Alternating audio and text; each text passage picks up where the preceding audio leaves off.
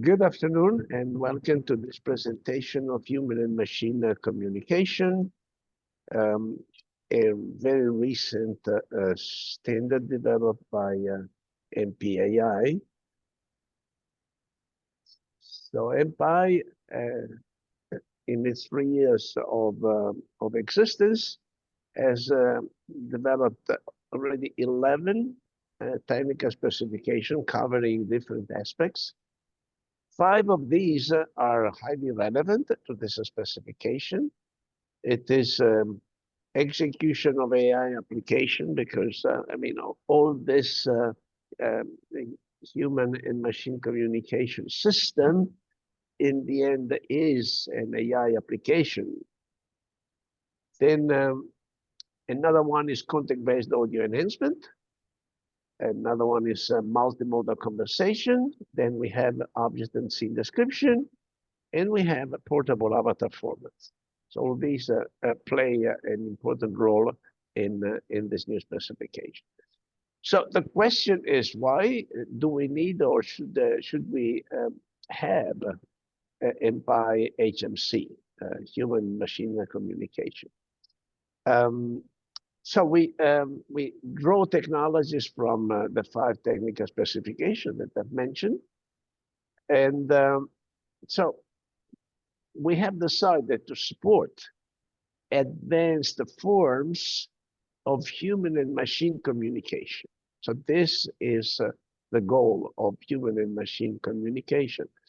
And in these instances, the machine receives a communication from another human or another machine, and each of them can be in different contexts, emulates the understanding of the communication, the understanding that the human has, emulates the response of a human, and represents itself as a speaking avatar in an audiovisual scene.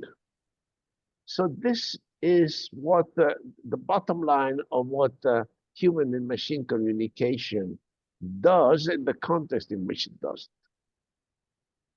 So this figure should explain what is meant. So we have a machine here, and the machine we said is, well, first of all, it's a machine, but we want to represent the machine. And the machine is represented in a virtual scene as a speaking avatar, or it can be rendered as a real scene. So this includes the 2 cases where, for instance, my representation is in a metaverse, and in the same environment, there's the machine, and the 2 of us have a conversation in the metaverse. But then, so this guy here, well, this is a real scene, and the human there is a real human. So we can have a real human in a real scene, or this can be the representation in a virtual scene. For us, it is the same thing, because if it is a real scene, then first of all, we need to have a digital representation. If it is already a digital representation, then we only have to understand what the human is saying.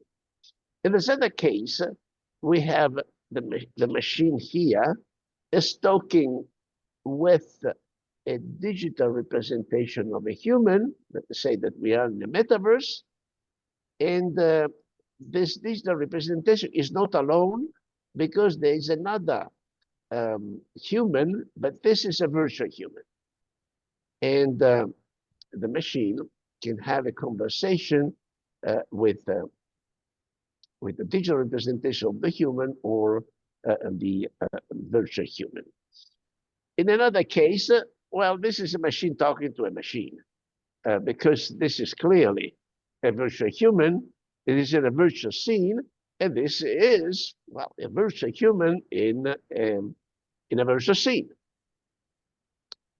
Finally, here we highlight the fact that that the human here is real or is in a virtual scene.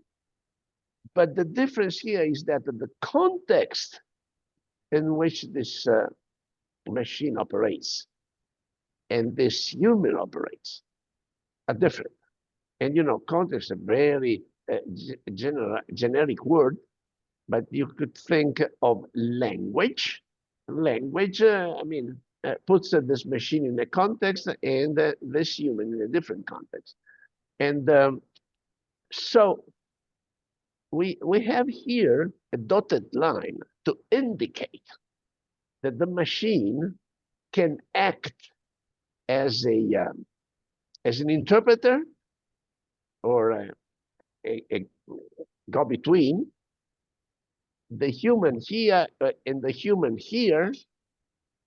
Both it can be in a real or virtual scene, but this guy has a context and this guy has a different context, and the machine acts as an interpreter between these two humans. So this is collection of examples of the problem that human and machine communication wants to address.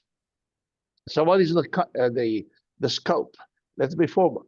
So as we said that we want to enable advanced form of communication where communicating participants are entities. Well, it should be clear to you now that we don't care whether the an entity is a human or is a machine. For us, it is exactly the same thing. They can be real, they can be in a virtual space, because that is not the problem that we want to address. We want to address the communication between entities. So the communication, it is really a deep form of communication in the sense that communication uses text, speech, face, gesture, but also the audiovisual scenes in which an entity is placed. So this is the structure of the standard. We have an introduction, we have the scope, we have definitions, we have references. Then, as you know, MPI standards are mostly based on use cases. In this standard, we only have one use case, but it is very significant. Doesn't mean in the future we will not have more, but at the moment we have one. And the use case is represented as function, reference model, input-output data of the entire system. Then we subdivide the system in components that we call AI modules, and we specify the input and output data of the AI modules and the JSON metadata and the AI workflow and the AI modules. This is what the standard is about. Finally, here we have a particular AI module that is a composite AI modules. And here we have a collection of data types. Actually, I must say that MPI HMC is really an integration of 5 different standards. HMC does not specify new data types. It simply reuses the data type that have been specified by the other 5 standards. So let me go then to the use case here. The use case is called the communicated entities in context. So talked about entities, we talked about communication, and we talked about the different contexts where the entities can be. And as I said, we have the 5 parts. So the functions described here, it is quite detailed, but it is essentially what I have already said, so no need to go through that. But the reference model, this is quite interesting because here we can understand what are the basic elements of the human and machine communication standard. So we are defining 2 interfaces, 2 front ends, if you wanted to use this word. One front end is used when the machine is talking to another machine, because you said entity can be a machine or a human. So this one must be a machine. We are not saying that this is a human, by all means not, but we say that this is the machine, and the machine can receive the communication from another machine. Well, what this standard does is to say the communication between the machines is done through something that is called portable avatar. Portable avatar is a data format that has been specified by the portable avatar format specification. And the task of this module here is to transform this portable avatar. And portable avatar, I must say, is not an avatar. Portable avatar is a container of data, several data. One is an audiovisual scene where the entity is present, but can also contain the avatar, can contain the speech of the avatar, text. It may contain the personal status. We'll see more about the personal status. So then this is a rather simple task. It's simply to embed the avatar in the virtual scene. And therefore, we can have audiovisual scene descriptors coming into this entity and context understanding. This other front end is a more traditional front end in the sense that it receives input and audio. I repeat, this can be an entity, it can be a human, can be a machine, or a virtual human. So it has to extract the entity from the scene, and therefore it describes the audiovisual scene that is contained in the input audio and input visual that you see here. Now, if we have, now you see, both front ends produce audiovisual scene descriptors. This audiovisual scene descriptor is rather easy to obtain because, you know, all information was already digital, was already somehow interpreted at a low level, but still interpreted. And here, we have to do the hard job of converting audio and visual into audiovisual scene descriptors. Then we have this machine that is called entity context understanding. And the purpose of this machine is, which is rather complex, as we will see in a minute, is to understand everything that is possible to extract from the scene and from the entity in the scene. So the output is, the main output is text, meaning of the text, personal status, the audiovisual scene geometry, so which is contained here, and instance ID is, okay, so it is possible for the human here indicating as part of the conversation an object in a scene, and therefore this instance ID is simply the ID of that particular object. What this instance ID is, well, we have a specification for that. Let me go through another element, which is the entity dialogue processing.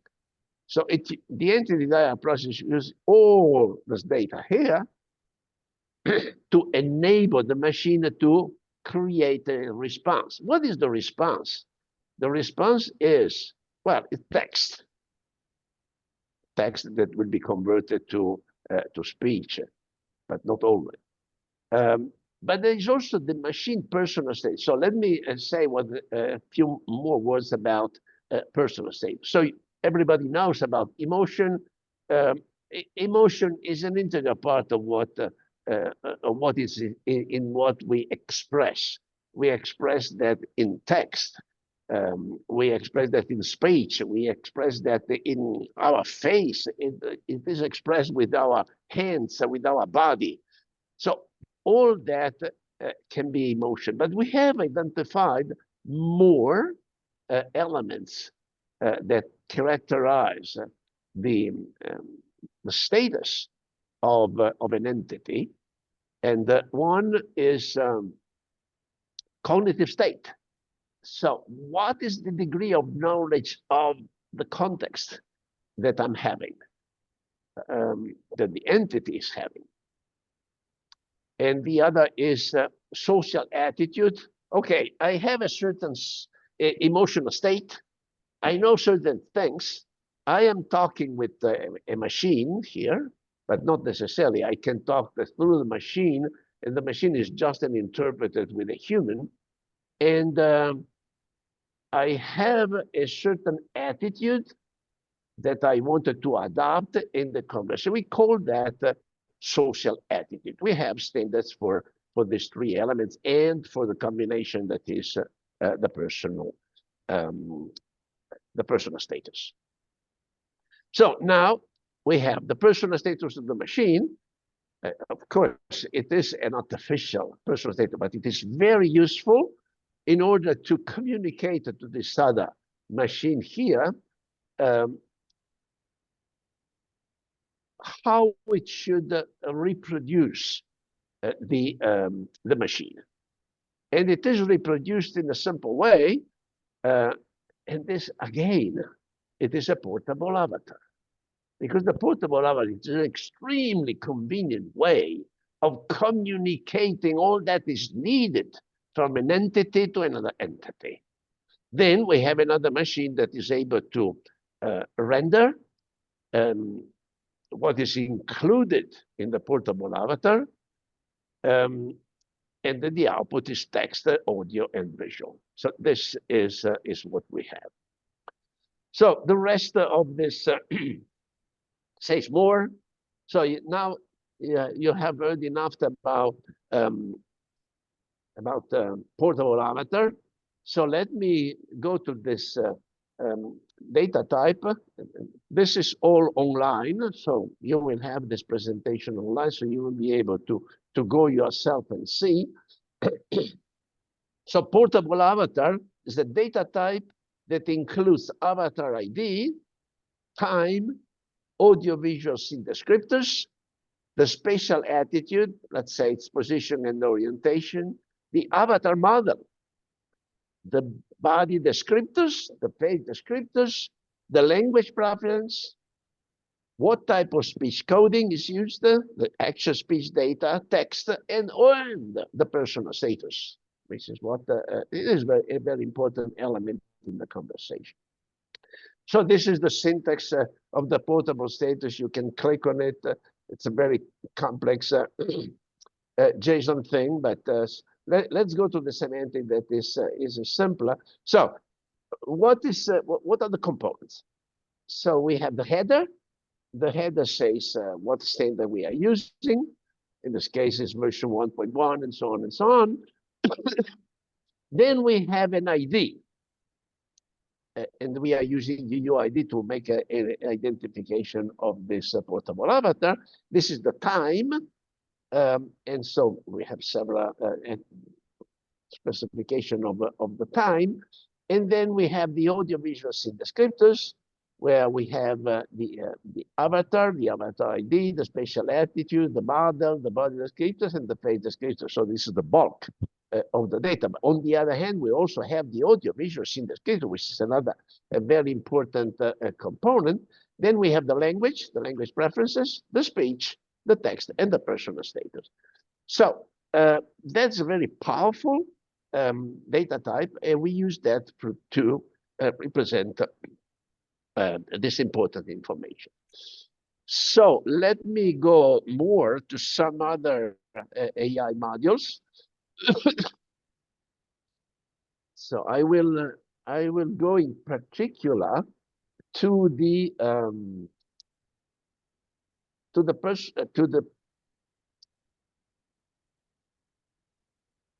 personal status extraction So this, again, it's a component of another standard. It's the multimodal conversation.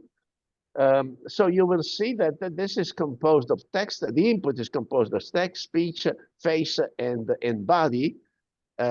So we extract descriptors for each of these, and then we interpret this information with the view of extracting the personal status information, and that is all multiplexed in this big, but actually not so complicated AI models.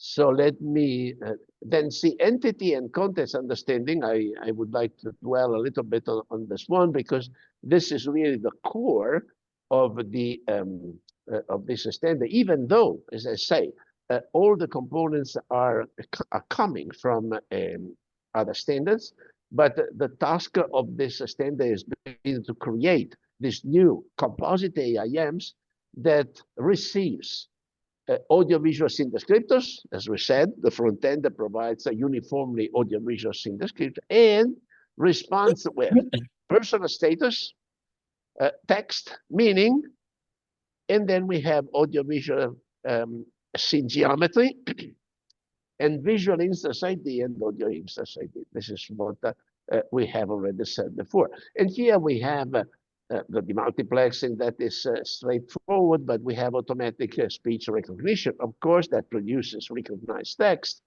Then we have visual object identification or audio object identification that provides, well, we have the output. As output, we have the scene description, but we have also the visual instance ID and the audio instance ID. Then we have the natural language understanding. This receives this text, but it also receives the visual instance and the audio instance together with the scene geometry. So we have object information and their spatial location that are used to facilitate the task of the natural language understanding to refine the text and understand what is the meaning of the text. Then we have the personal status, and we have also have, this is part of the context, the text-to-text translation, in the sense that if there is text speech or text here, this composite AIM is able to produce translated text as well.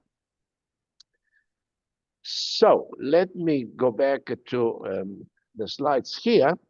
So there are, as you see, many modules, many AI modules. Some of them are composite AIMs.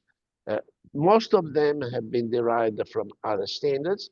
And then we have data types, which is, I mean, not unexpectedly, it is empty because this standard does not define data style. Therefore, it brings you to the full collection of data types that have been standardized so far by Empire.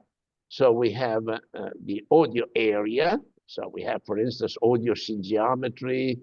We have what transformation. We have microphone array geometry. So we have a number of interesting data types. Then we also have financial data. They are not relevant to this standard. We have multimodal conversation data. So here we have, I talked about cognitive state. Well, this is specified. And then, of course, we have the personal status. This will bring you to where we went before. Then we have the object and scene description. So here we have, for instance, what is an audiovisual object? Well, you can know that. What is the audiovisual scene geometry? Let me have a look at it, because I've mentioned that. So the audiovisual scene geometry is a digital representation of the spatial arrangement of the objects of the visual scene. Here you have the syntax, here you have the semantics, and again, you see, we have the headers, we have the identifiers, we have the time, we have how many objects there are in the scene, and then we have the data of the audiovisual object, which are only the spatial attitude. So let me go back. And so finally, we have the portable avatar format. So here we have body descriptors. We have selected H&M. We have face descriptors. In face descriptor, we are using the facial action units, which are very powerful. And so we also have a gesture description. They are specific. And then, of course, the specification of the portable avatar, which is a key data type, is provided by the portable avatar format. With that, let me make up some steps. So what are the functions? I mean, this you see here, what is a machine, what are some definitions, what the machine produces. So this is what we have already seen is the key AI workflow of the human and machine communication. And here we have the different links that bring you to the different AIMs that we have seen otherwise. So let me spend 2 minutes on this very important slide. So AI framework is a foundational standard of MPAI. This foundational standard allows us to split a complex AI application into components. The components are called the AI modules. They can be basic, they can be composite. So we break up the complex human and machine communication workflow into simpler components that are the AI modules. The AI modules can be basic and composite, that we have seen, and then an implementer is not forced to implement everything. It can decide to implement a basic component, but it can decide to integrate several basic components into something that is composed. What is important is that the interfaces are preserved. The conformance of an implemented system depends on its support of the data system and semantics and the AI workflow topology. And this is another important point, that the performance of an implemented system depends on how smart are the technologies that process data. So we specify the interfaces. We don't say how the data are produced. That depends on the goodness of the technology that you use. In the future, we may decide to add more functionality, but this is already sufficiently sophisticated and to provide interesting responses. So this audiovisual scene description, integration and description is very simple. It's the one that converts the portable avatar into the audiovisual scene descriptors. This is an interesting composite AIMs. So we have the input, output, and the visual visual. Each go into the audiovisual scene description and the visual scene description. Then the two geometries pass through this audiovisual alignment that discovers if there are audio objects and visual objects that are collocated. And therefore, then it assigns new identifiers. And all this is then integrated into an audiovisual scene descriptors, and this is the function of this block.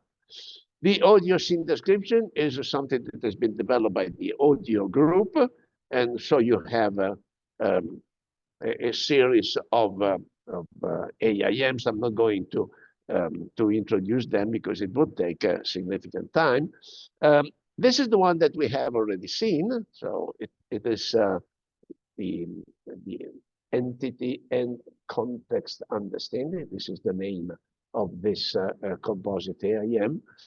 Then we have the visual object identification. This is about having the body descriptors and the geometry of the scene.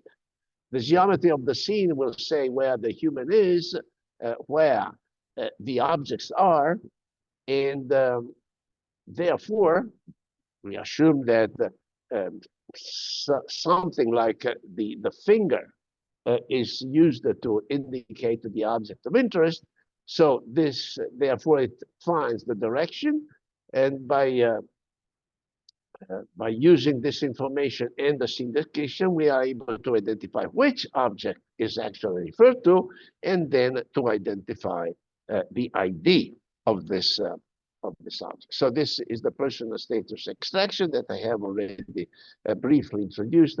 Dialogue, entity dialogue process is very complicated, the AIM, but we, at the moment, we are not entering the internal structure of the entity dialogue. We simply say that there is an audiovisual scene geometry, there is personal status, and there is text, and the output is refined text, machine text, and the machine personal status. This is the personal status display that is another important component because it receives text on the machine and personal status, and also the avatar model. Based on that, it creates a possibly animated avatar, speaking avatar. So this is what it does. And all the information is put with the basic elements into this portable avatar multiplexing that produces the portable avatar, which, as I said, is a container of information that the receiver can suitably use. The audiovisual scene rendering is another basic AIM. It receives the point of view and the portable avatar. And as an output, it receives text, audio, and vision. So the AI modules and data type, we have dwelt quite some time. But let me say 2 words about the future. So we wanted to start developing profiles because the machine is very complicated and not everybody needs all the elements that we have put together. So the taking out and putting in components is something that should be done judiciously, and it is highly relevant to define good profiles that respond to user needs.